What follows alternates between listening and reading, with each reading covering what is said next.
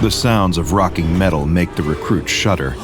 He knows the others were riling him up earlier, but he can't stop thinking about their story. It's all just a hazing ritual, he tells himself. Something they do to spook new members of the crew. Just a stupid ghost story. There was no such thing as the stowaway. His flashlight beam sweeps over the numbers on the sides of each shipping container, then illuminates the clipboard and paperwork in his hands. He finds himself recalling the details as he inspects the cargo deck, one item at a time. Supposedly, there's a crate hidden away on the ship that doesn't show up on any manifest, but nobody ever reports it, never has it moved off the boat, because there's something living inside it. The crewmen claimed that sometimes they'd hear scampering in the night, the sounds of something much bigger than a rat lurking deep in the bowels of the ship. People had opened up this mystery crate over the years, used it for storage, only to find its contents ruined come the time they docked at their destination. Food would always be eaten or rotten. Anything else corroded and rusted beyond use. All the stowaway's doing. The recruit reaches the far end of the cargo hold, his light crossing a number he doesn't recognize. He flips through the pages of the manifest, checking each container's number. No match. He looks again, checks again. Same thing. This crate shouldn't be on the ship, just like the one in the story. Reaching for his walkie, he radios to the captain, letting him know there's an unaccounted item on board. No answer from the other end. It's too late at night.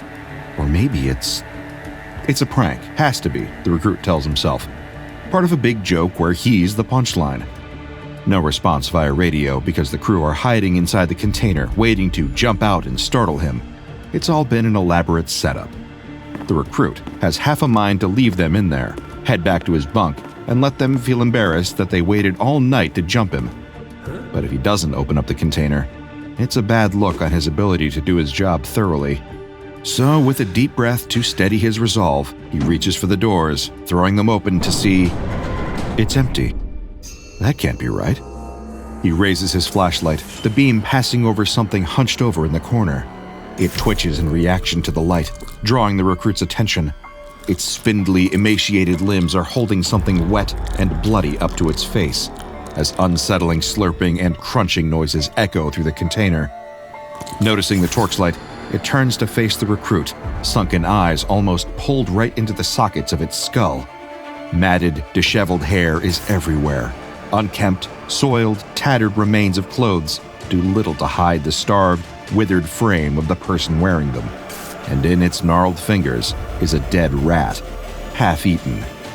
The stowaway, through rotten and missing teeth, bellows at the intruder, and a flashlight is dropped to the floor. Standing just under 40 feet long, a little over 8 feet wide, and 9.5 feet tall, the container was recovered from the cargo ship AKD Nonolith after it moored at Redacted Shipyard. At first glance, it appears to be nothing more than an ordinary red shipping container, showing only slight weathering and bearing markings consistent with the shipyard's numbering system. However, upon recovery, the SCP Foundation conducted a deeper analysis, and what they found was anything but ordinary. While it is made from non-anomalous terrestrial metals, the way these materials are combined and structured does not match any known industrial standard for shipping container construction. When viewed from the outside, the container appears to be normal, but once opened. Given its supposed connection with a spate of disappearances, the researchers were apprehensive about opening the container up. A long, drawn-out debate over who should be held responsible should some anomalous entity be freed from within the object ensued, significantly slowing down the examination process. After the research team refused to draw straws on the matter, a member of D-Class was used instead. Foundation personnel observed them opening the object from behind the safety of blast-proof observation glass. Fortunately for D-7466, the D-Class personnel assigned to the task, opening the container revealed what appeared to be a completely ordinary interior, just as one would expect from a standard, non-anomalous shipping container. However, upon stepping inside, D-7466 immediately noted two unsettling details. First, the temperature inside was unexpectedly warm, resting at a level that felt strangely suited for human habitation, despite there being no visible insulation, vents, or heat sources. Second, the light levels were noticeably brighter than expected, yet no bulbs, fixtures, or apparent sources of illumination could be found anywhere within. However, as these initial observations were being made, the doors to the container accidentally swung shut while D-7466 was still inside. Initially, there was uncertainty as to what to do, with some researchers initially fearing that the object was actually a sentient, carnivorous being that merely disguised itself as a shipping container. After 5 minutes had elapsed with no further incident, the research team elected to retrieve D-7466 from the container. Opening it up again, they found the D-Class alive, but in a state of confusion and outrage at having been trapped inside for so long, accusing the Foundation of using enhanced interrogation techniques on them. When questioned about this, D-7466 clarified that, from their perspective, they had been locked in the shipping container for approximately 2 hours. A full check of the testing chamber revealed that only 5 minutes had passed since the doors had closed. There was nothing to indicate that Foundation personnel were under the influence of any kind of anomalous effect altering their perception of time. All clocks, watches, and other timepieces, both digital and analog, were confirmed to be in working order. It was only D-7466 who had experienced a different passage of time. The Foundation immediately amassed a group of anomalous experts on the phenomena of time dilation to consult the research team on their ongoing investigation. Thanks to D-7466's first-hand account and continued experimentation, researchers confirmed that the anomaly was not a hallucination, psychological manipulation, or sensory distortion. Instead, the very fabric of time had been altered within the container. The flow of time had literally been altered from the moment the doors had closed. When this occurs, the interior space of the container is subject to a different temporal speed from the passage of time occurring in the world outside. This difference has been noted as being almost entirely randomized with no consistency. Within the container, time can either speed up, slow down, and even reverse in some cases. However, it has proven impossible to predict exactly how the temporal flow will be affected each time. Seeking to further test the anomaly's effects, the Foundation continued to deploy D-7466 as a test subject.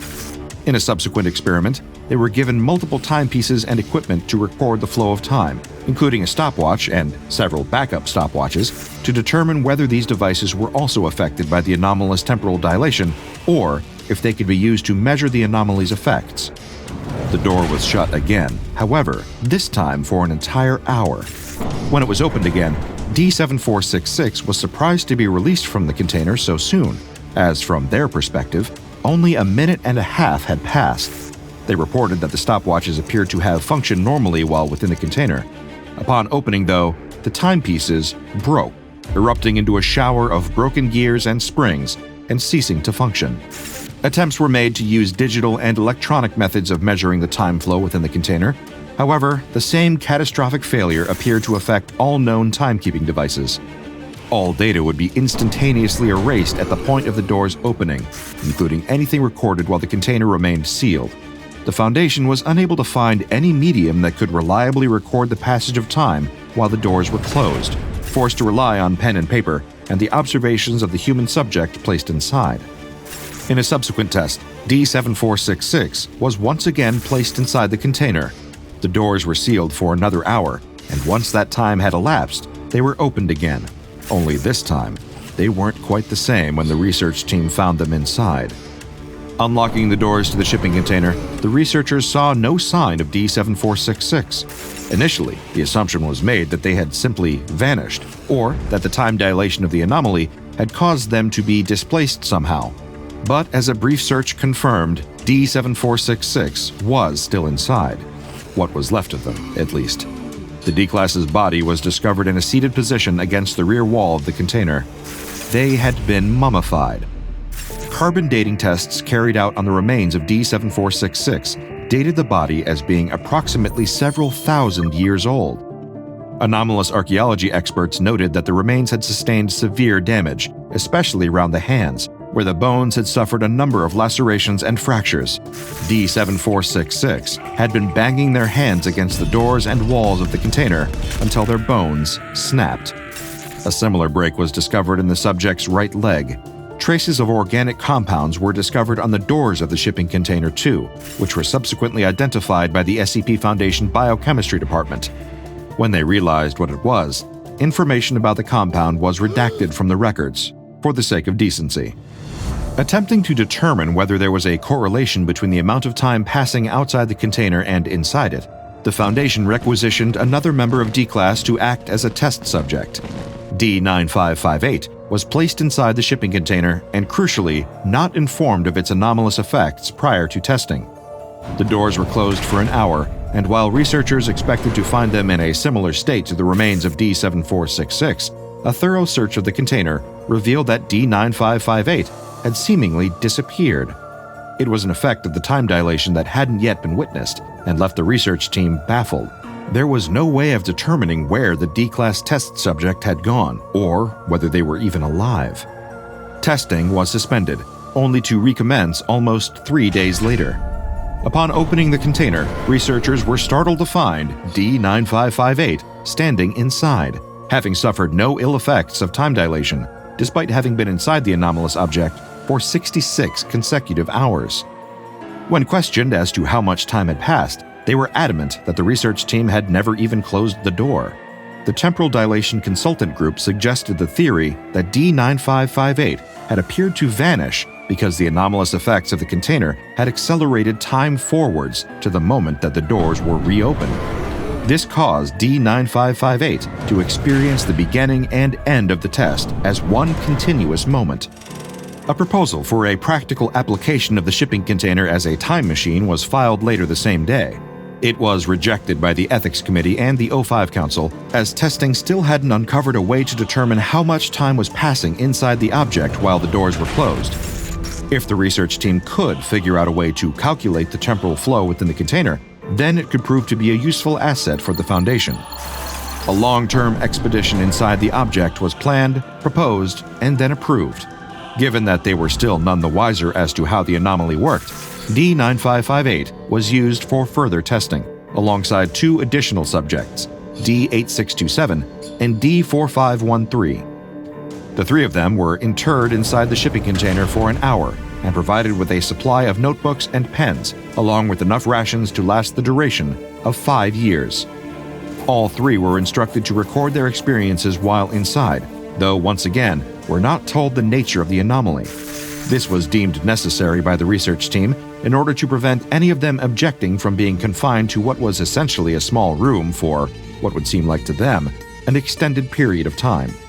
Reopening the container an hour later, the research team found D-9558, D-8627, and D-4513 dead.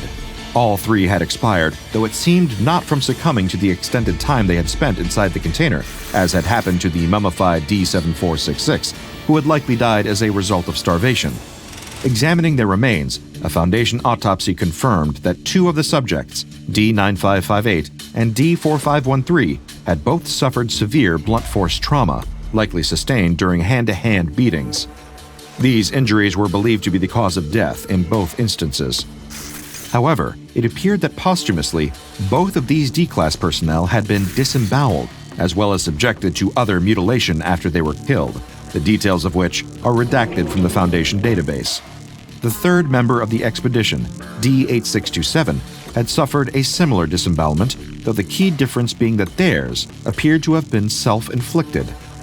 The notebooks that the test subjects had been provided with were found to contain logs that spanned anywhere between a single year to a maximum of 9. Though the exact number is redacted, what is known is the 3 subjects' experience of the time dilation did not exceed enough years to reach double digits. After this point, the details recorded in the notebooks degrade into incoherent and mostly unintelligible ramblings. Similar writings were also found on the interior walls of the shipping container, written in blood and waste matter from all 3 of the D-Class subjects. Fingerprint analysis by Foundation forensic teams has confirmed that D-8627 was the sole writer, and these rantings were seemingly left on the walls using blood and fecal matter they gathered from the other 2 subjects after their deaths. All attempts to decipher the writings left behind have failed to reveal any useful insights into the experiences of the 3 test subjects. The only conclusion Foundation researchers have been able to reach is that, after enduring what felt like several years inside the container, D-8627 succumbed to extreme psychosis and paranoia, fixating on their fellow D-Class personnel. The exact breaking point remains unknown, but evidence strongly suggests that D8627 was responsible for the deaths of D9558 and D4513. Whether the murders were premeditated, the result of escalating tensions, or influenced by the anomaly itself is still unclear. With no external means of tracking time inside the container, the full extent of D8627's mental deterioration and what truly happened in those missing years remains a mystery. The anomalous shipping container was later moved to a Class 4 containment vault. When Foundation cleaning crews arrived to hose down the interior, they discovered the writings left behind on the walls had seemingly vanished. It seemed that, as a side effect of the time-altering properties of the container, any damage inflicted on it was undone after a random amount of time had passed. At present, the object, now designated as SCP-728, shows no further activity, nor any further anomalous properties that would warrant any more severe containment measures. In accordance with the SCP Foundation's standard security procedures, unauthorized access is strictly prohibited. Though, nobody is exactly clamoring to spend any time in the Forever Room. Check out the DrBob Patreon and become a junior researcher today. Now go and watch another entry from the files of DrBob, like SCP-002, The Living Room.